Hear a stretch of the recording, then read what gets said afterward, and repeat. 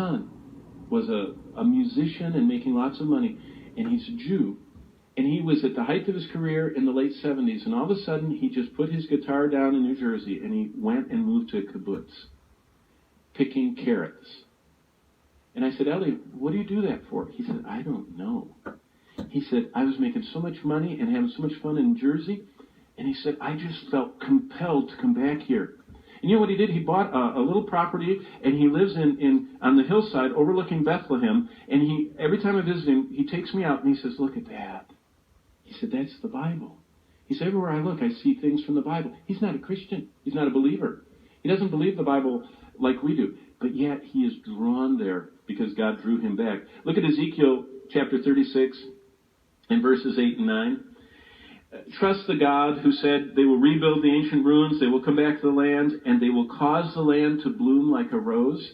Look what it says in verse 8. But you, O mountains of Israel, you shall shoot forth your branches and yield your fruit to my people Israel, for they are about to come. Verse 9. For indeed I am for you, I will turn you, and you shall be tilled and sown.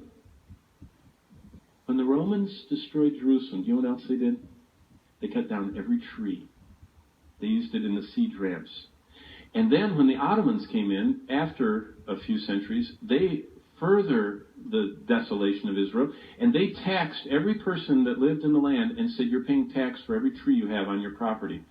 If you were charged tax for every tree on your property and you didn't have much money, what would you do to your trees? Yeah, cut them all down. So Israel was totally deforested for 500 years. The Romans started it, and the Ottoman Turks continued it to the end. Today, if you go to Israel, any trees you see were planted recently. Because the land became so desolate, it just looked like Death Valley. When Mark Twain went there in the 19th century, he said, this is the most godforsaken swamp and he used a lot of other coarse words. It was nothing. You know what God says? Look at 8 and 9.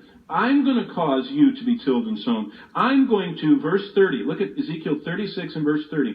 I will multiply the fruit of your trees and increase your fields. Okay, in 1920, Israel had no tillable, arable land. It was just swamps and malaria and nothing.